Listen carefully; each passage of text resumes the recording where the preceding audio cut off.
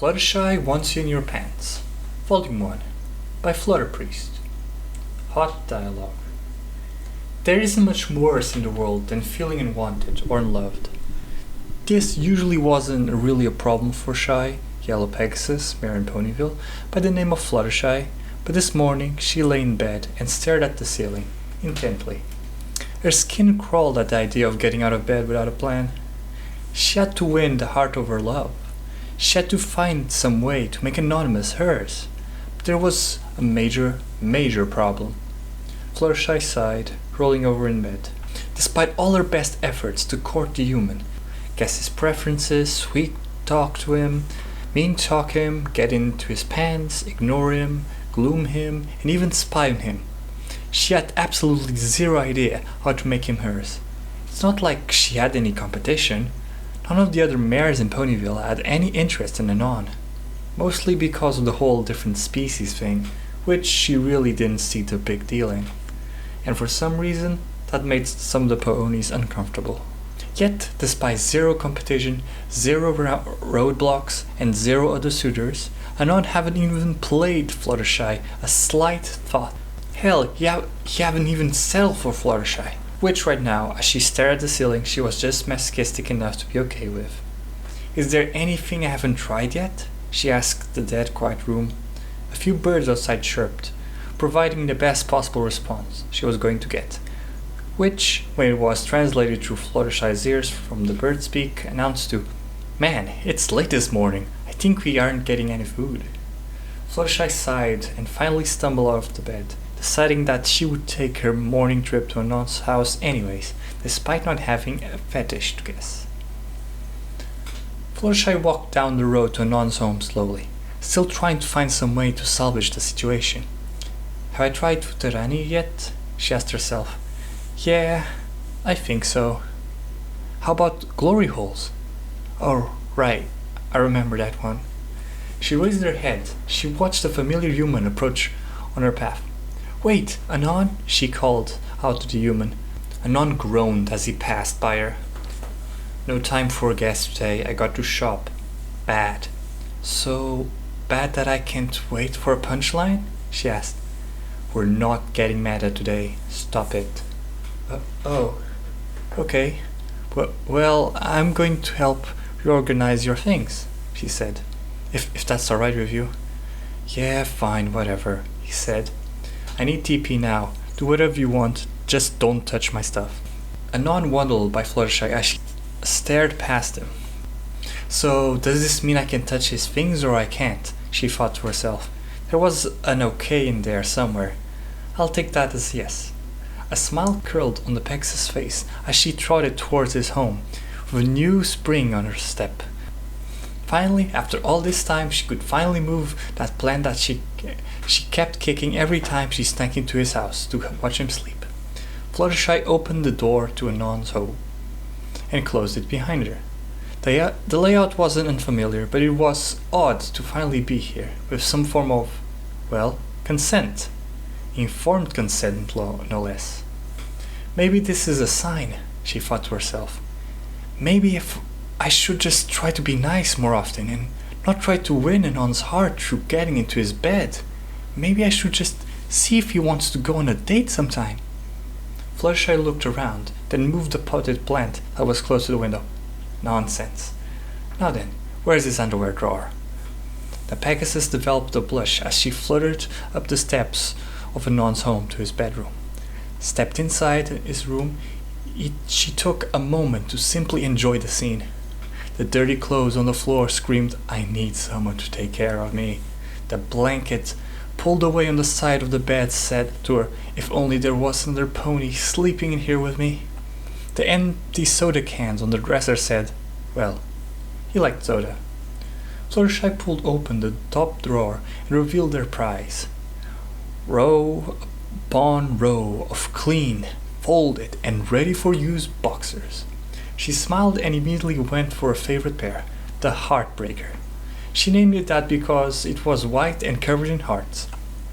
Then when she was tossed out of his home for trying to steal them, she broke Anon's mailbox on accident. To be honest, he probably could have aimed better. Then she would have hit the mud puddle like you had wanted. Fluttershy sighed and took a big whiff of the undergarments, but sadly there was only had the lasting scent of dryer, lint, and fabric softener. She planted them back, but noticed something else in the drawer. Something other than underwear, sitting in the back of the drawer, hiding under several pairs of old boxers, was what looked like movies.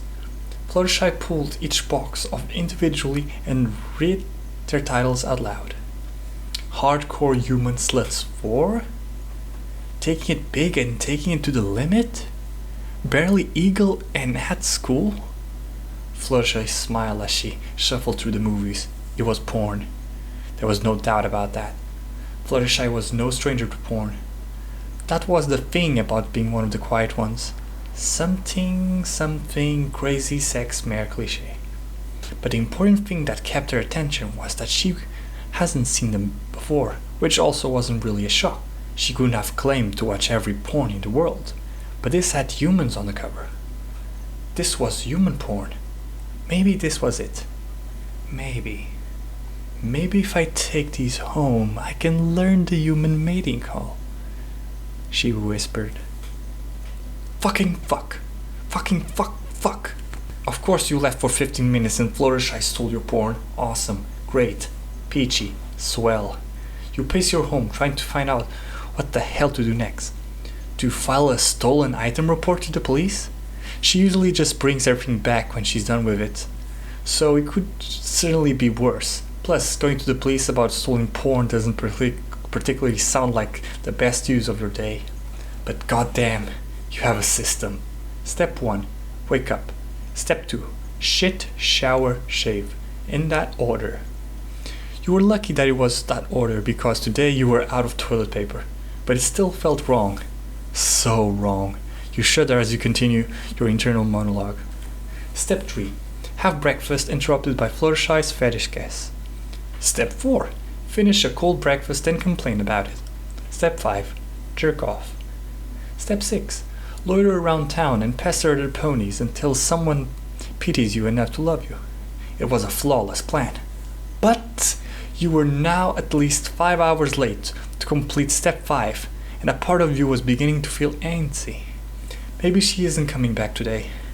Sure, you could always just jerk off without porn, but shit, then you have to use your imagination or something.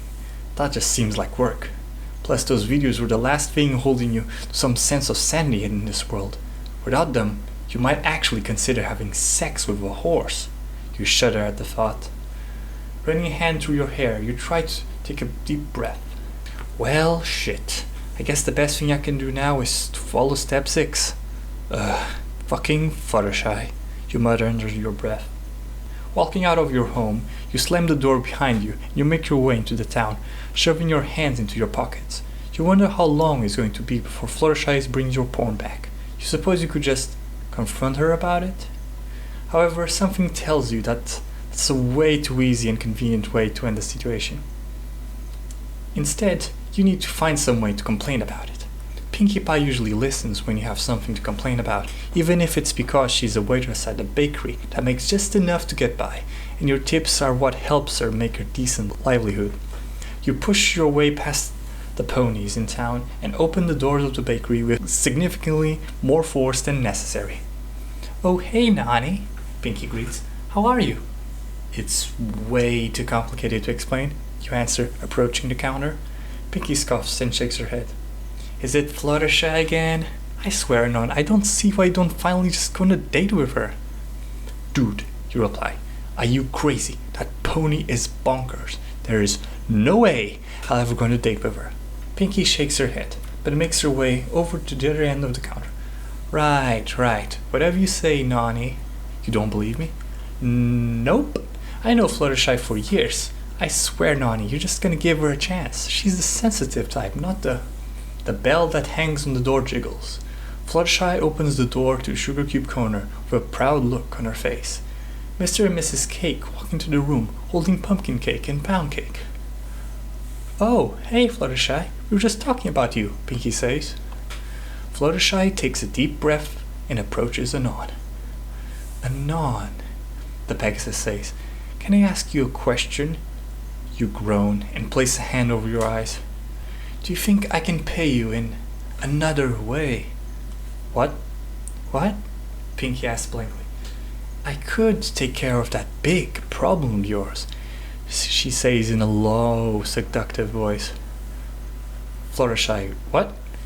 I need some extra sausage on my pizza and in my mouth, she says.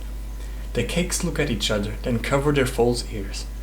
Please, Daddy, give it to me, Fluttershy moans. Pinky's jaw drops. You turn tail and begin to walk out of the bakery. You have absolutely no idea why Fluttershy suddenly began spouting porn dialogue at you, but you do not have even a little bit of patience for this. I want to be your little slut, Fluttershy calls after you, following you out of the bakery. Fluttershy, go away. I need you to clean the pipes, she cries desperately. A little filly across the street is yanked by her mother to pick up the pace. Fucking people are looking!